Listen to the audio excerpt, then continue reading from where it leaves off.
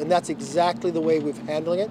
I told the president I would like to see if we can come to an agreement long before the deadline, and we can start working on other things. Mr. Speaker, where should those budget cuts come from right now? Medicare and Social Security, the White House insists Republicans want to cut. What cuts do you want? Well, let me be clear about that, and I've been clear many times. No, we're not talking about that. And to really be able to do this right, I'm not going to negotiate this in the press, right?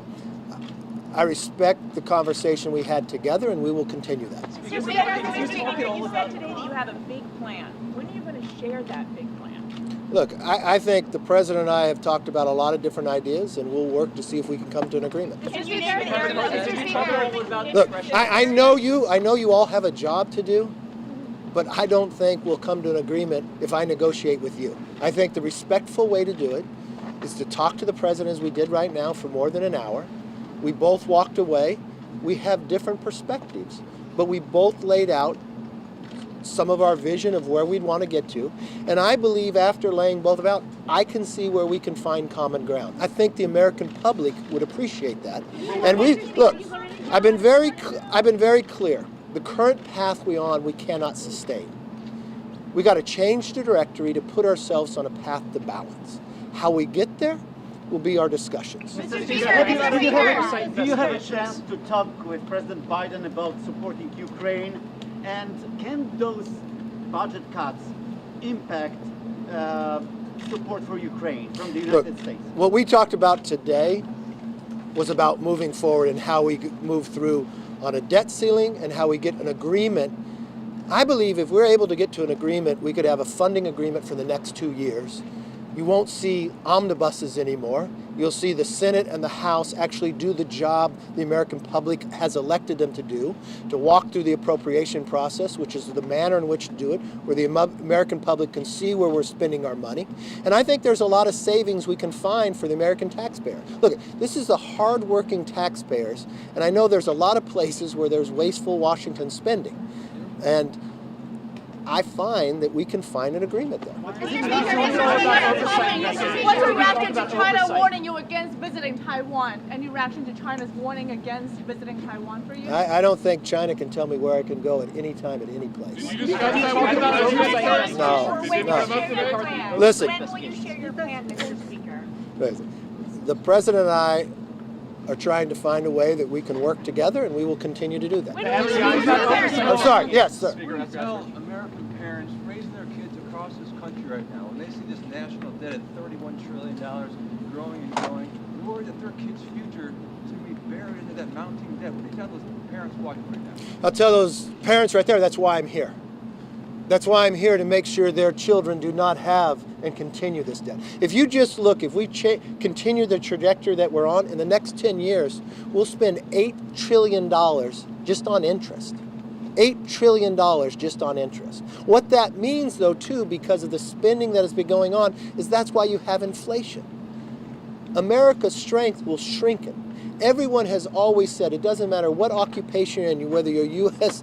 general or not, the greatest threat to America is our debt. Our debt is now at 120% of GDP, meaning our debt is larger than our economy. This is higher than at any time in American history. And it's higher at any time in American history when the revenues that are coming into government are higher than any other time. So we've got a lot of revenue, we just have a spending problem. And that's where I want to find that we could find common ground. Yes. Can you commit that the U.S. will not default on its obligations? Look, if I look at anything and you want to equate this, if you have a child and you give them a credit card and they spend that limit, you're responsible for paying that credit card. But the responsible thing, too, is going forward, not just raise the limit, but look at how you're spending. You know, I look at Chuck Schumer.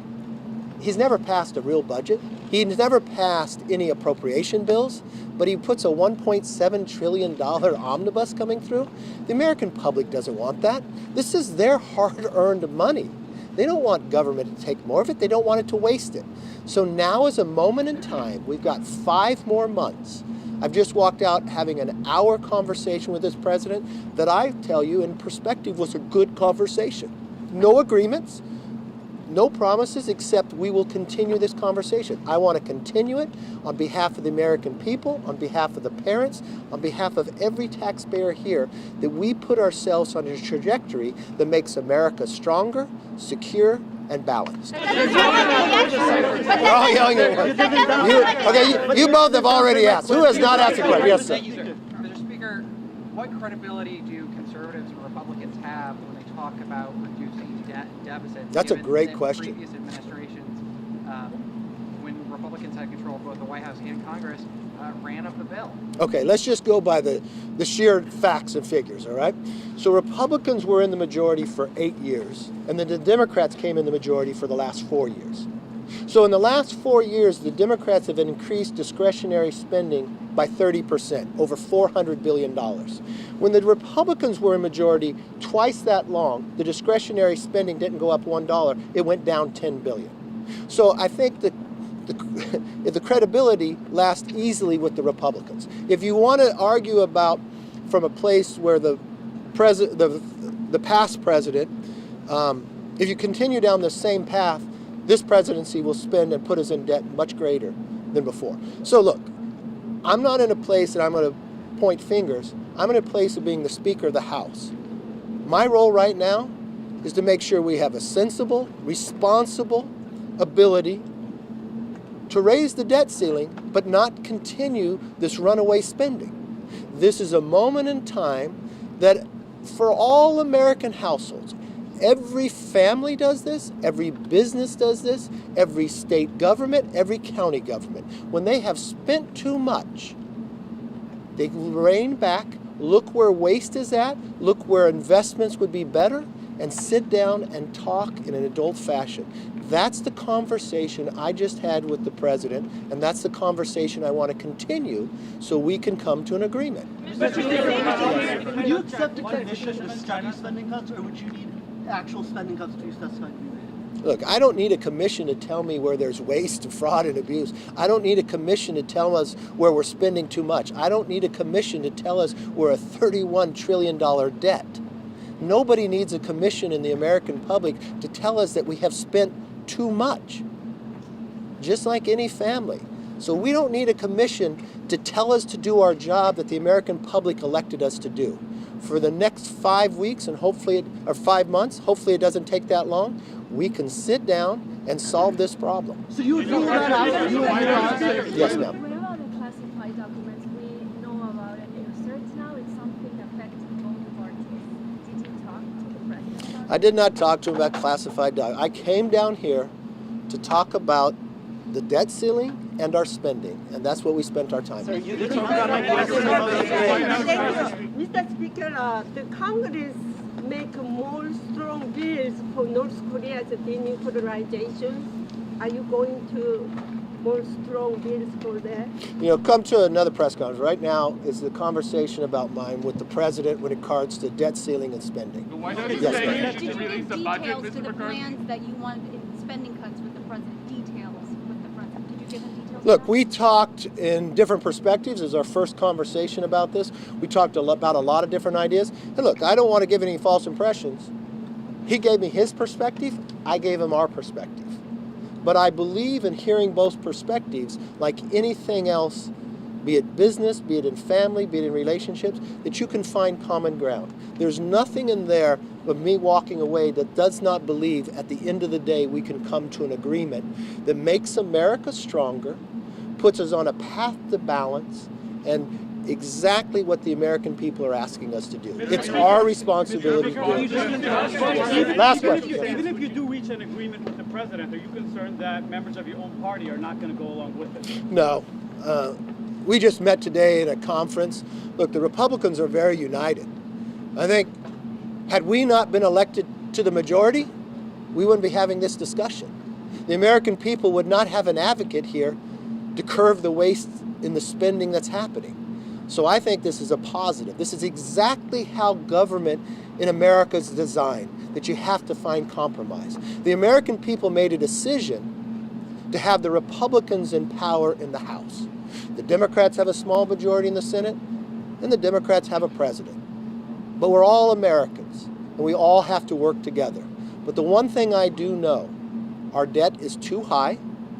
We have waste in our government, and we need to sit down together in a responsible way to put us on a path to balance that will make the future of America stronger so the next century will be ours. Thank you all for the job you do. When will you make the president again? Promise the U.S. will not default. When will you make the president again on this?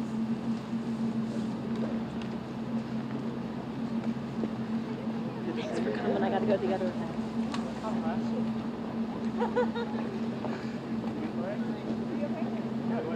Oh, I'm okay.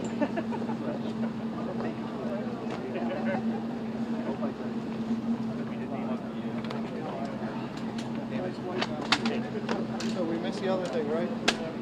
No. No? We haven't, I don't think we've gathered yet. That's cold. That'll be warm.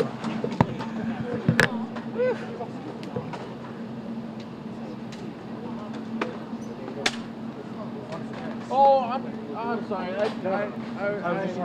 Yeah, you're good. You're good. I know. You're rotating.